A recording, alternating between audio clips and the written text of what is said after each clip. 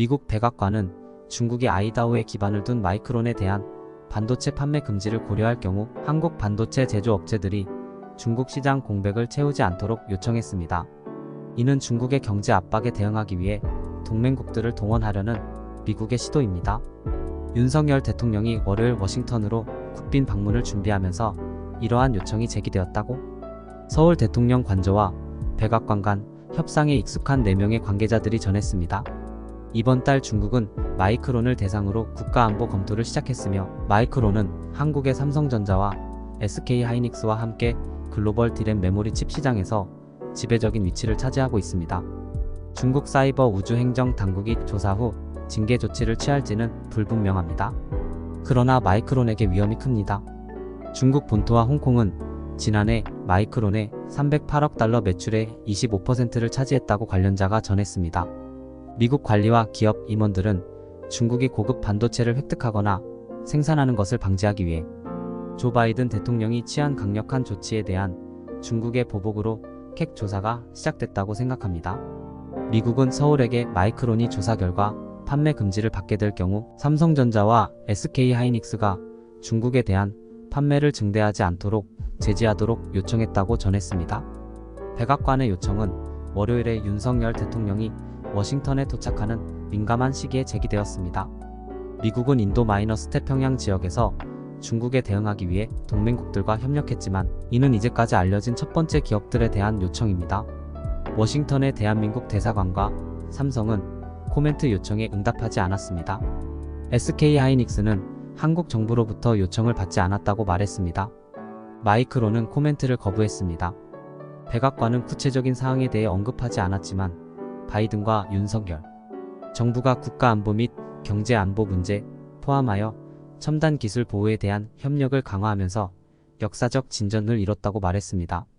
미국 국가안보위원회는 반도체 분야에서의 투자 조정, 중요 기술 보호, 경제적 압박에 대한 대응을 포함한 노력들이라고 말했습니다. 효리는 다가오는 국빈 방문이 이러한 전선에서의 협력을 더욱 강화할 것으로 기대한다고 덧붙였습니다. 서울의 반응이 어떤지는 불분명합니다. 미국과 한국 관리들은 방문을 준비하며 여러 문제를 논의하고 있습니다.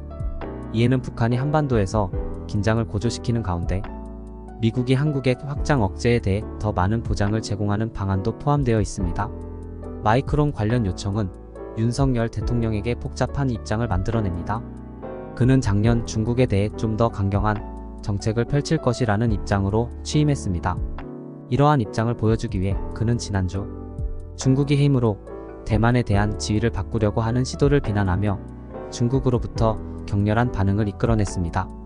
그러나 그의 정부는 미국이 동맹국을 경제안보 의제에 동참하도록 설득하는데 반감을 표시하고 있습니다. 이로 인해 삼성과 SK하이닉스의 장기 경쟁력이 미국 수출 통제로 인해 약화될 수 있다는 우려가 있습니다. 삼성과 SK하이닉스는 중국 시장에서의 사업을 제한하는 것에 대해 반감을 가질 것이지만 미국은 일정한 영향력을 가질 수 있습니다. 미국이 지난 10월 중국에 대한 포괄적인 반도체 관련 수출 통제를 발표했을 때 중국 내에 반도체 제조시설을 갖춘 한국 기업들에게 수출 허가를 받아 그들이 중국에서 수출할 수 있도록 했습니다. 이러한 허가는 올해 말에 갱신되어야 합니다.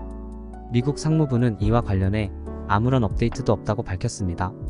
디램 칩의 가격이 올해 1분기에 25% 하락하면서 이미 메모리 칩 제조업체들은 압박을 받고 있습니다. 이러한 칩들은 TV부터 스마트폰까지 다양한 제품에 사용됩니다. 지난주 재무부 장관인 제넷 옐런은 미국 기업을 대상으로 한 강압적인 조치가 최근 증가하고 있다는 점에 미국이 우려하고 있다고 말했습니다. 관계자 중 한 명은 서울에 대한 요청이 바이든 팀이 중국의 마이크론을 레버리지로 활용해 미국 정책에 영향을 주거나 변경하는데 성공하지 못하게 하기 위해 의욕적이라는 사실을 반영한다고 말했습니다. 이 관계자는 미국이 동맹국 및 파트너와 협력하여 중국의 경제 압력을 가하는 어떠한 조치든 무력화하는 방법으로 중국을 견제할 수 있다고 말했습니다. 중국은 대만과 리투아니아, 호주 등 다른 국가들에 대해 경제 압력을 사용했으나 바이든이 강력한 반도체 수출 통제를 발표하고 다른 중국 기업들에 제재를 부과하는 동안 미국에 대한 주요 조치를 취하지 않았습니다.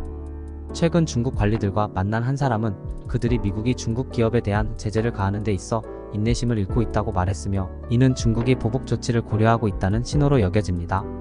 월요일에 중국 외교부 대변인인 마오닝은 미국의 수출 통제를 비난하면서 워싱턴이 시장 경제 원칙과 국제무역 원칙을 심각하게 위반하고 있으며 이로 인해 글로벌 공급망의 안정성이 교란되고 있다고 주장했습니다. 마오는 또한 마이크론에 대한 객 조사가 정상적인 규제 조치라고 덧붙였습니다. 미국이 서울에 요청한 것은 반도체가 워싱턴과 베이징 간의 가장 깊은 갈등 사이에 위치해 있다는 것을 보여줍니다. 미국은 지난 12월 중국의 국가 우승기업으로 불리는 메모리 칩 생산업체인 양쯔 메모리 테크놀로지스를 규제기업 목록에 추가했습니다. 이로 인해 미국 기술을 해당 기업에 수출하려면 얻기 어려운 허가가 필요하게 되었습니다.